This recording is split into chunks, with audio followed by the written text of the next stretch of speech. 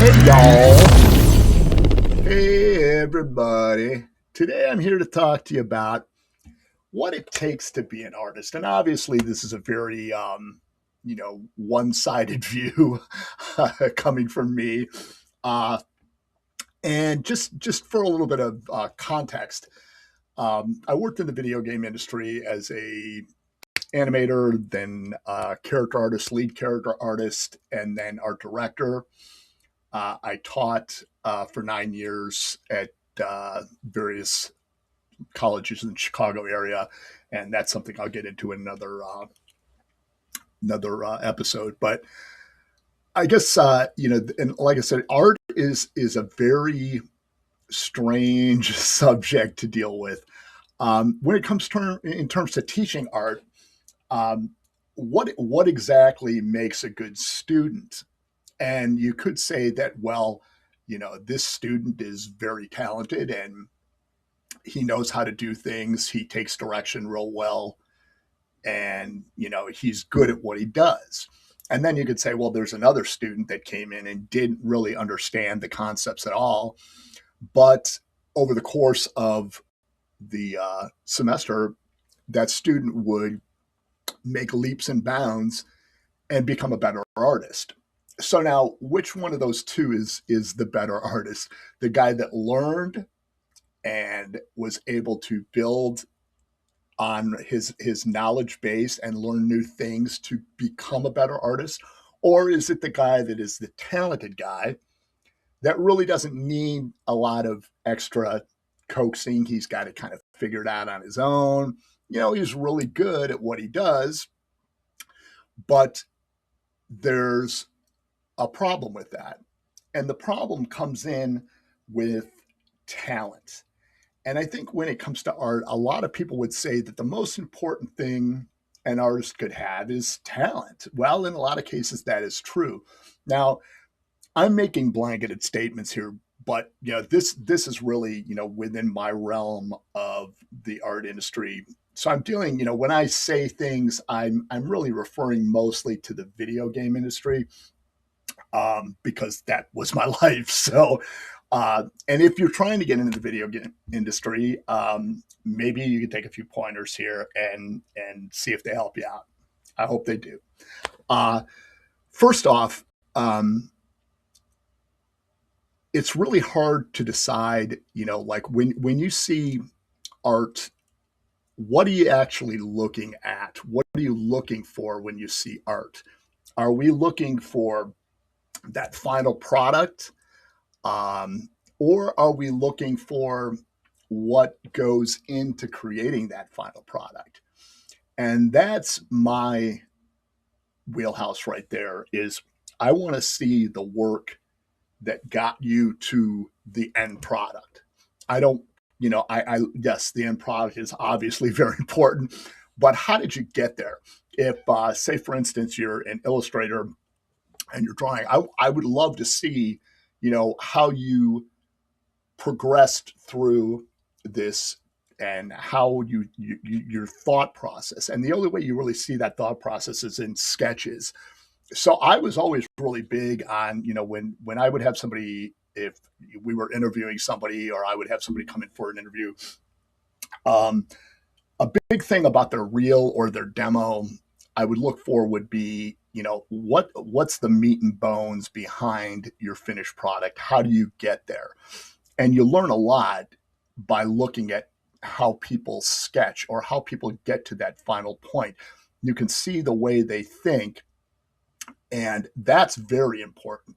That is quintessential, I think, in understanding, the ability that somebody has. Um, and I'm not saying, definitively that's the only thing, but it's one of the big things. Show your work, just like anything else, just like math. I'm not a math guy, but show your work. Let me see how you got to the finished product. I want to see, do you understand anatomy? Do you understand, you know, uh, composition? Do you understand negative? So do you understand these things? And some of it is inherently born into you and other things are taught. And art is definitely one thing that can be learned. It is not necessary to have uh, talent to begin with. It helps, but anybody can be taught if you're willing to be taught. That is the thing as well. Um, that's a big factor. And when it came to the video game industry, the biggest thing was you had to learn something new all the time because nothing stays the same. You can't just keep doing things. I couldn't, when I started in the game industry, it was 1996. And certainly things changed from 1996 to when I left the game industry in 2013. So there was a lot of things in between there. A lot of new software came into use, things that we weren't able to do before that we were now able to do. Another big factor is understanding your tools. And that's not to say you have to know everything about every software program you use, because I certainly don't. I've used Photoshop for 30 plus years, and I still don't know half of what it does. And like I said, you do learn things, and you do like always seek out new ways to do things. There's always a faster way.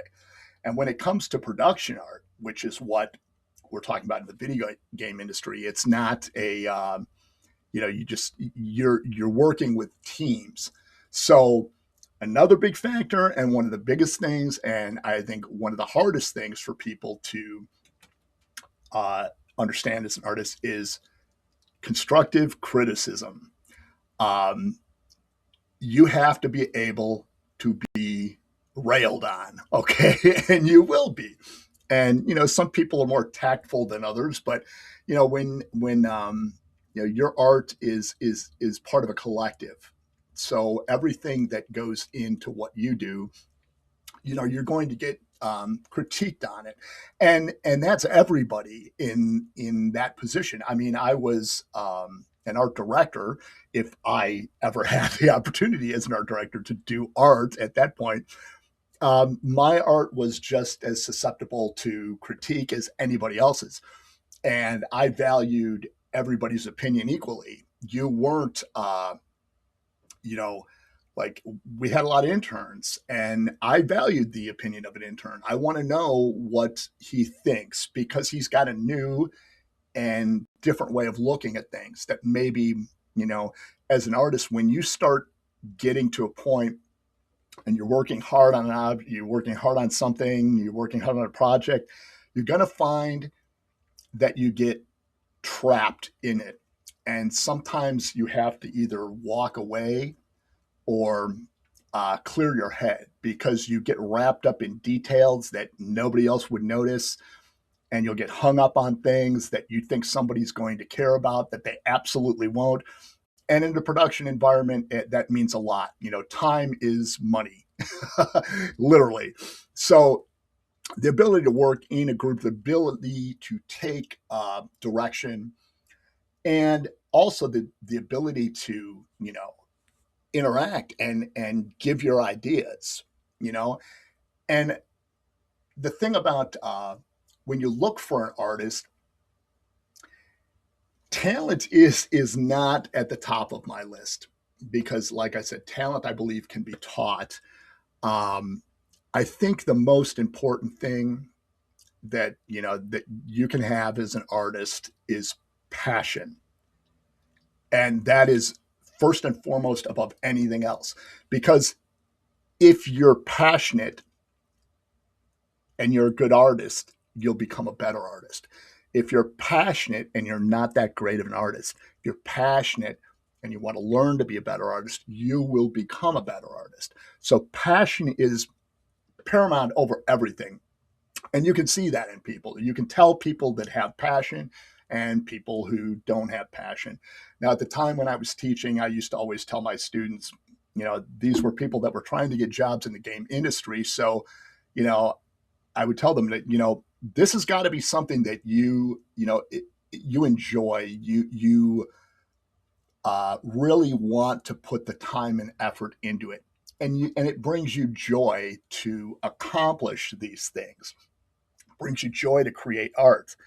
And if you have that passion, and I would say, if you could stay home at on a Friday night and make a monster in Maya instead of going out drinking with your friends, then you have passion. Art is something that you live and breathe. I always enjoyed it. I mean, yes, it was difficult at times. We had, it's not all fun and games when you're making video games. A lot of late nights, a lot of weekends, a lot of spending, you know, nights sleeping under my desk. When you're up against the gun, it's got to be done, and that's where a lot of that passion comes into play, because passion will drive you to find ways to do things that maybe you wouldn't have looked at otherwise. Um, if you're, like, you could fall back on your heels and just keep doing the same thing over and over, but eventually that's going to catch up to you, especially as a game artist. You can't sit back and watch the world go by. You get a job in the game industry, you're going to have to work for it. It's an enjoyable thing. You meet so many great people. Uh, you make lifelong bonds. You see people, go into the world of film. You see your friends advance. You see them do good. And I always just had this feeling that, like, if I could help some people get to where they want to be as an artist, I really want to do that. I mean, that was my, I loved teaching. I loved it. I did it for 9 years. Um, there was nothing, like I said, it was one of those situations where when you're teaching art, how do you go about it? How do you go from, you have a class where you have somebody that knows, like, the software in and out already, and then you have somebody that doesn't know it at all, and they're in the same class.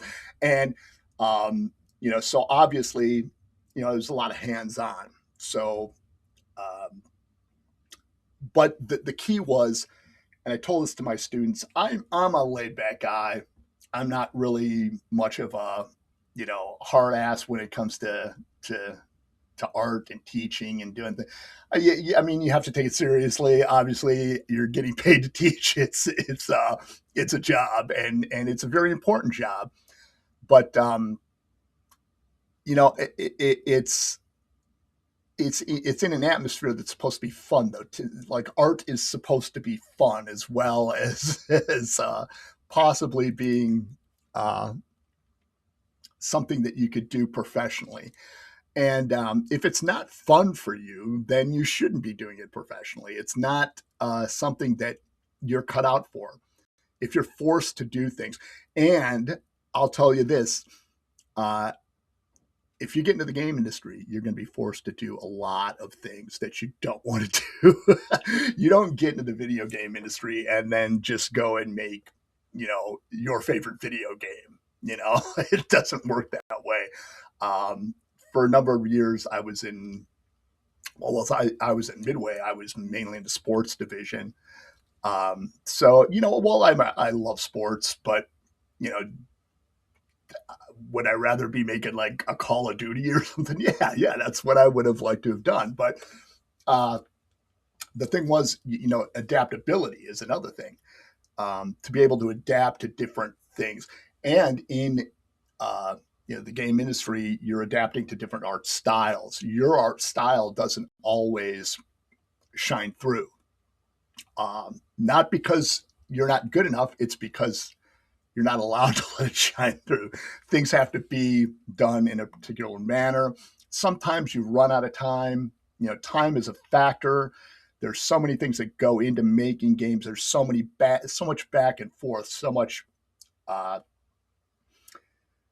preparation to actually create a video game, and you have to look at, like, all the things that go in to making a particular character. Like, for instance, as the lead character artist on NBA Ballers for Midway, I had to schedule out tasks for my entire art staff. Now, these tasks are scheduled and broken down to usually a half hour, but sometimes down to 15-minute increments. And that would be, you know, you build a character and you iterate off that character. That character is built. That takes a long time to do. So you might have 2 weeks, 3 weeks to build the base character model, and then it's iterated on. You know, we try to reuse as much as we possibly can. So there's a lot of times where you're working on somebody else's art and you have to match their style.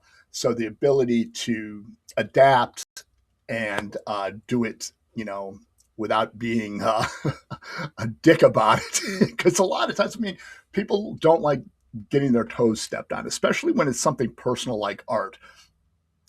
You want people to love your art. So when you show somebody something and you get that look like, hmm, that's a look that makes your heart sink. But you got to build a tough skin because you're going to get a lot of critique, and it's not to make you uh, angry. It's not to knock your work.